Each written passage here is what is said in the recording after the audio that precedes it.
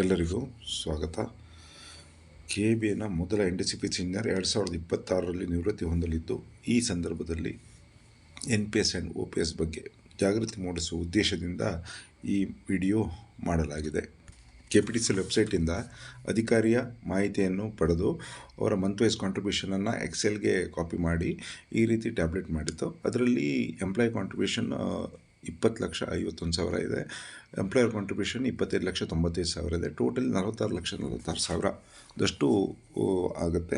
This is required for our future calculations.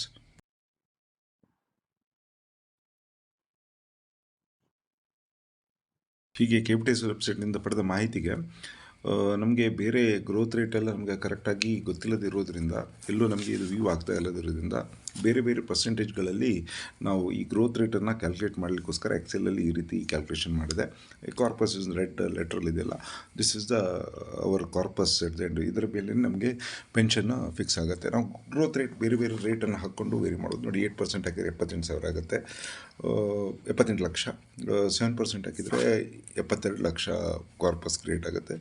ಹಾಗೆ ಬೇರೆ ಬೇರೆ ಪರ್ಸೆಂಟೇಜಲ್ಲಿ ಬೇರೆ ಬೇರೆ ರೇಟ್ ಬರ್ತದೆ. ಆ್ಯಕ್ಚುಲಿ ಎಷ್ಟಿದೆ ಅಂತ ಗ್ರೋತ್ ನಮಗೆ ಎಕ್ಸಾಕ್ಟ್ಲಿ ಗೊತ್ತಿಲ್ಲ. ಸೊ ನನಗೆ ಈ ಕ್ಯಾಲ್ಕುಲೇಷನ್ ಮಾಡಿದ ಪ್ರಕಾರ ನಿಯರ್ಲಿ 6.13 ಅನ್ನೋ ಪರ್ಸೆಂಟೇಜ್ ಗ್ರೋತ್ ಬಂದಿದೆ. Let it be 6.14% growth. ಎಷ್ಟು ಬರುತ್ತೆ ಅಂದರೆ 68,53,000ದಷ್ಟು ಕಾರ್ಪಸ್ ಕ್ರಿಯೇಟ್ ಆದಾಗೆ ಆಗ್ತದೆ. ಅಕ್ಟೋಬರ್ 2024 ತಿಂಗಳ ಅಂತ್ಯಕ್ಕೆ LIC ಪೋರ್ಟಲ್ನಲ್ಲಿ ಈ ನೌಕರನ ಖಾತೆಯಲ್ಲಿ 51 ಲಕ್ಷದಷ್ಟು ಅಮೌಂಟ್ ಇತ್ತು. ಇದನ್ನು ಬ್ಯಾಕ್ ಕ್ಯಾಲ್ಕುಲೇಷನ್ ಮಾಡಿದಾಗ ನಿಯರ್ಲಿ 6.136% ಅಷ್ಟು ಗ್ರೋತ್ ಬಂದಿತ್ತು. ಇಲ್ಲಿ ಆ್ಯಕ್ಚುಯಲ್ ಅಂದರೆ 6.136%ಅಲ್ಲಿ ಎಷ್ಟು ಬರ್ತದೆ ಕಾರ್ಪಸ್ ಅಂತ ಹೇಳೋದನ್ನು ಇಲ್ಲಿ ಆ್ಯಕ್ಚುಯಲ್ ಕಾಲಮಲ್ಲಿ ಹಾಕಿದೆ. ಈ NPSಲ್ಲಿ 9.5% ಅಷ್ಟು ಗ್ರೋತ್ ಸಿನ್ಸ್ ಇನ್ಸೆಪ್ಷನ್ ಬಂದಿರೋದ್ರಿಂದ ಅದರ ಲೆಕ್ಕದಲ್ಲಿ ಲೆಕ್ಕ ಹಾಕಿದರೆ we are the loss of 17 lakhs. 8% ಹಾಕಿದರೆ we are the loss of 8 lakhs. ಹಾಗೆ ಬೇರೆ ಬೇರೆ ಪರ್ಸೆಂಟೇಜಲ್ಲಿ ಹಾಕಿದರೆ ಬೇರೆ ಬೇರೆ 7% ಗ್ರೋತ್ ಬಂದಿದ್ದರೂ ನಮಗೆ 3 ಲಕ್ಷ ಲಾಭ ಆಗ್ತಿತ್ತು. We are at the loss of 3 lakhs. So this loss is due to bad investment and improper accounting. Delayed investment is not accounted in this calculation. ಅದು ಕೂಡ ಇಲ್ಲಿ ಪ್ಲೇ ಆಗುತ್ತೆ. 9.5%ರಲ್ಲಿ ನಮಗೀಗ 17 lakhs ಅಷ್ಟು ನಮಗೆ ಲಾಸ್ ಇದೆ. 0.14%ಅನ್ನು 136% ಲೆಕ್ಕದಲ್ಲಿ ನಮ್ಮ ಪೆನ್ಷನ್ ಕ್ಯಾಲ್ಕುಲೇಷನ್ ಮಾಡೋಣ. This is a growth what we got till date. ಅದರಿಂದಾಗಿ ಇದರ ಆಗಸ್ಟ್ 26ಗೆ ಇವರಿಗೆ 68 ಲಕ್ಷದಷ್ಟು ಇವರಲ್ಲಿ ಕಾರ್ಪಸ್ ಕ್ರಿಯೇಟ್ ಆಗಿರ್ತದೆ ರಿಟೈರ್ಡ್ ಆಗೋ ಹೊತ್ತಿಗೆ. ಈ 68 ಲಕ್ಷದ ಮೇಲೆ 40% ಆ್ಯನ್ಯುಟಿ ಹಾಕಿದರೆ ಆ್ಯಸ್ ಪರ್ ಪೆನ್ಷನ್ ರೂಲ್ ಇವರಿಗೆ 15,987 ರೂಪಾಯಿ ಪೆನ್ಷನ್ ಬರುತ್ತೆ in the month of September. ಅದೇ 100% ನಮ್ಮದು ಏನು ಇನ್ವೆಸ್ಟ್ ಮಾಡಿದರೆ 39,000 ಬರ್ತದೆ. ಇದು ಆ್ಯನ್ಯುಟಿ ರೇಟ್ ಈಸ್ ಇಂಪಾರ್ಟೆಂಟ್. ಎಷ್ಟು ಇಂಟ್ರೆಸ್ಟಿಗೆ ಆಗ್ತದೆ ನಾವು 7% is the good rate. Other ರೇಟಲ್ಲಿ 15,987 ಬರುತ್ತೆ. 80% ಯಾಕಿಟ್ಟೆ ಅಂದರೆ VRS ತಗೊಳ್ಳುವಾಗ 80% ಅಂತ ತಗೊಳ್ಬೋದು. ಕಾಂಟ್ರಿಬ್ಯೂಷನ್ ಫ್ರಮ್ ಅವರ್ ಸೈಡ್ ಇಲ್ಲಿ ಆ್ಯಡ್ ಆಗಿರೋದ್ರಿಂದ 31,975 ಬರ್ತದೆ. 100% ಹಾಕಿದರೂ ನಮ್ಗೆ ಬರೋದು 39,000 ಮಾತ್ರ. ಆ್ಯಸ್ ಪರ್ ಪೆನ್ಷನ್ ರೂಲ್ ಬರೋದು 15,987 ರೂಪಾಯಿ ಪೆನ್ಷನ್ ಮಾತ್ರ. ಮುಂದುವರೆದು ಈಗ ಇಲ್ಲಿ ನೋಡಿ, ಇದು OPS ಪೆನ್ಷನ್ ಕ್ಯಾಲ್ಕುಲೇಷನ್ ಇಲ್ಲಿ ತೋರಿಸ್ತಾ ಇದ್ದಾನೆ. ಇಲ್ಲಿ OPS ಕ್ಯಾಲ್ಕುಲೇಟ್ ಆಗೋದು ಲಾಸ್ಟ್ ಪೇ ಡ್ರಾ ಮೇಲೆ. ಇಲ್ಲಿ 2,09,000 will be is salary in the month of August.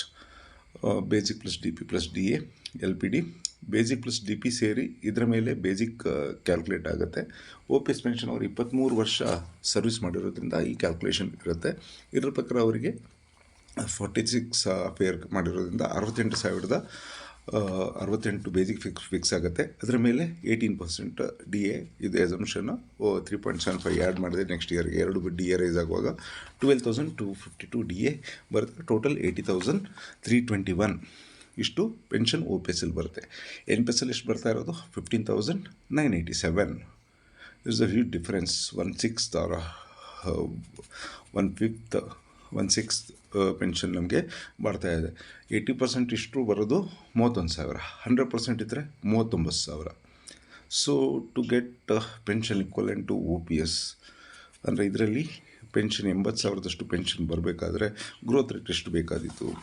6.15% ಹಾಕಿದರೆ ಬರ್ಬೋದೇನೋ. ಫ್ರಮ್ ಲಾಸ್ಟ್ 23 ಇಯರ್ಸಲ್ಲೂ ಬರಬೇಕು. ಇಲ್ಲ, 33,000 ಬರುತ್ತೆ 15ಅಲ್ಲಿ. 20 ಹಾಕಿದರೆ 55,000 ಬರ್ತದೆ. 25% ಹಾಕಿದರೆ 98,000 ಇಸ್ ಬಿಟ್ ಹೈ. ಸೊ ಈಗ ಕಮ್ಮಿ 23% ಹಾಕೋಣ 77,639 ಬರುತ್ತೆ. ಇಲ್ಲಿ 80,000 ಇದೆ. ಪೆನ್ಷನ್ 24 ಹಾಕಿದರೂ ಜಾಸ್ತಿ ಆಗುತ್ತೆ. ಇಟ್ ಈಸ್ ಬಿಟ್ವೀನ್ 23 ಆ್ಯಂಡ್ 24% ಆದರೆ OPS ಅಷ್ಟು ಪೆನ್ಷನ್ ಬರ್ತದೆ. ಸೊ ಇಷ್ಟು ಗ್ರೋತ್ 23 ವರ್ಷದಲ್ಲಿ ಬರಬೇಕಿತ್ತು, ಬಂದಿಲ್ಲ, 6 ಮಾತ್ರ ಬಂದಿದೆ. ಸೊ ಇನ್ ರಿಯಾಲಿಟಿ ನಾವು ತೆಕ್ಕೊಂಡಿರೋದು 6.14% ಮಾತ್ರ ಗ್ರೋತ್. ಇದು 23 ಬರೋದು ಸಾಧ್ಯವೂ ಇಲ್ಲ. ಅದರಿಂದಾಗಿ OPS ಥರ ಹತ್ತಿರ ಬರೋದಕ್ಕೆ ಚಾನ್ಸ್ ಇಲ್ಲ. ಇನ್ ರಿಯಾಲಿಟಿ 6.14% ಇಸ್ ದ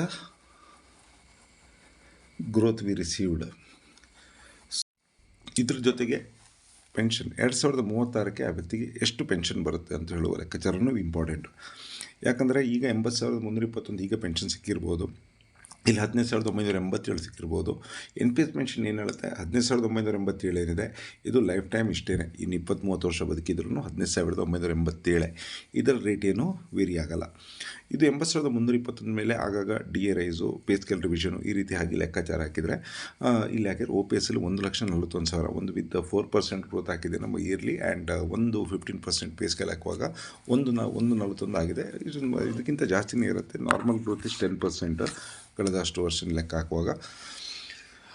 ಇದರದ್ದು ಪ್ರೆಸೆಂಟ್ ವ್ಯಾಲ್ಯೂ ಎಷ್ಟಿದೆ ಅಂತ ಲೆಕ್ಕ ಆಗುವಾಗ 82,000 ಬರುತ್ತೆ.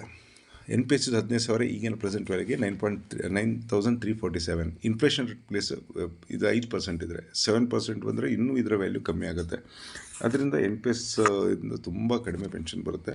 ಅದರಿಂದ OPS ಪಡೆಯೋದು ನಮ್ಮದು ಮುಖ್ಯ ಉದ್ದೇಶ. ಇದನ್ನು ನಾವು ಪಡೀಲೇಬೇಕು. Thank you.